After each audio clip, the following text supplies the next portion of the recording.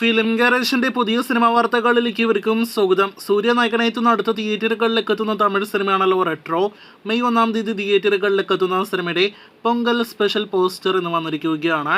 സൂര്യയോടൊപ്പം പോസ്റ്ററിൽ നമ്മുടെ മലയാളത്തിൽ നിന്നുള്ള ജയറാം കൂടിയുണ്ട്. തമിഴിൽ നിന്നുള്ള അടുത്ത വലിയ സിനിമ 2023 വലിയ വിജയം നേടിയെടുത്ത സിനിമ ജയിലറിന്റെ രണ്ടാം ഭാഗം ജയിലർ 2 ഒഫീഷ്യൽ അനൗൺസ്മെന്റ് വീഡിയോ എന്ന് വന്നിരിക്കുകയാണ്. നെൽസന്റെ സംവിധാനത്തിൽ രജനികാന്ത് നായകനെത്തുന്ന അനിരുദ്ധ് സംഗീതം നൽകുന്ന ചിത്രത്തിന്റെ അനൗൺസ്മെന്റ് വീഡിയോയിൽ ഈ 3 പേരെയും ഉൾപ്പെടുത്തിയിട്ടുണ്ട്. ജയിലറിലെ രജനി കഥാപാത്രം പോലെ തന്നെ ഒരു പക്ക മാസ് നിറഞ്ഞ അനൗൺസ്മെന്റ് വീഡിയോ ആണ് പുറത്തു വന്നിരിക്കുന്നത്. സൺ പിക്ചേഴ്സ് നിർമ്മിക്കുന്ന സിനിമയുടെ ഷൂട്ടിംഗ് ഈ വർഷം ആരംഭിക്കുന്നതാണ്. മലയാളത്തിൽ അടുത്ത 3D സിനിമ പ്രഖ്യാപിച്ചിരിക്കുകയാണ്. ലവ്ലി എന്നാണ് സിനിമയുടെ പേര്. ഒരു ഈച്ചയുടെ കഥയുമായിട്ട് തിയേറ്ററുകളിലേക്ക് എത്തുന്ന സിനിമ ഏപ്രിൽ മാസം ആദ്യ ആഴ്ച തിയേറ്ററുകളിലേക്ക് എത്തും. വർഷങ്ങളുടെ കാത്തിരിപ്പിനൊടുവിൽ സൂര്യയുടെ വലിയ സിനിമ വാടിവാസൽ അങ്ങനെ ഓണായി കഴിഞ്ഞിരിക്കുകയാണ്. സിനിമയുടെ ഒരു അപ്ഡേറ്റ് ഈ ജനുവരി മാസം ഉണ്ടായേക്കുമെന്ന് നേരത്തെ ആഴ്ചകൾക്ക് മുന്നേ റിപ്പോർട്ടുകൾ ഉണ്ടായിരുന്നു.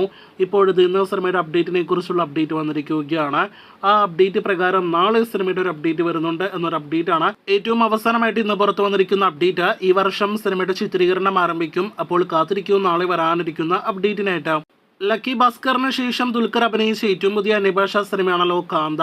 റാണ ദഗുബട്ടി നിർമ്മിച്ച് വരാനിരിക്കുന്ന ദുൽഖറിന്റെ കാന്ത സിനിമയുടെ ചിത്രീകരണം അങ്ങനെ പാക്കപ്പ് ആയിരിക്കുകയാണ്. സിനിമയുടെ ഫസ്റ്റ് ലുക്ക്, ടീസർ ഉൾപ്പെടെയുള്ള ഒരുപാട് അപ്ഡേറ്റുകൾ അണിയറയിൽ ഒരുങ്ങുന്നുണ്ട്. ഈ വർഷം പകുതിയോടെ സിനിമ തിയേറ്ററുകളിലേക്ക് എത്തുമെന്ന് പ്രതീക്ഷിക്കുന്നു. ഇന്നത്തെ ഈ ഒരു വീഡിയോയിൽ അവസാന അപ്ഡേറ്റ് മമ്മൂട്ടിയുടെ അടുത്ത സിനിമയെ കുറിച്ചാണ്. കഴിഞ്ഞ 1.5 മാസത്തോളവുമായിട്ട് അതോടൊപ്പം തന്നെ ഈ വർഷം പകുതി വരെയും ചിത്രീകരണം നടക്കുന്ന മഹേഷ് നാരായണന്റെ ബിഗ് ബഡ്ജറ്റ് സിനിമയാണല്ലോ മമ്മൂട്ടി കൂടി ഭാഗമാകുന്ന സിനിമ.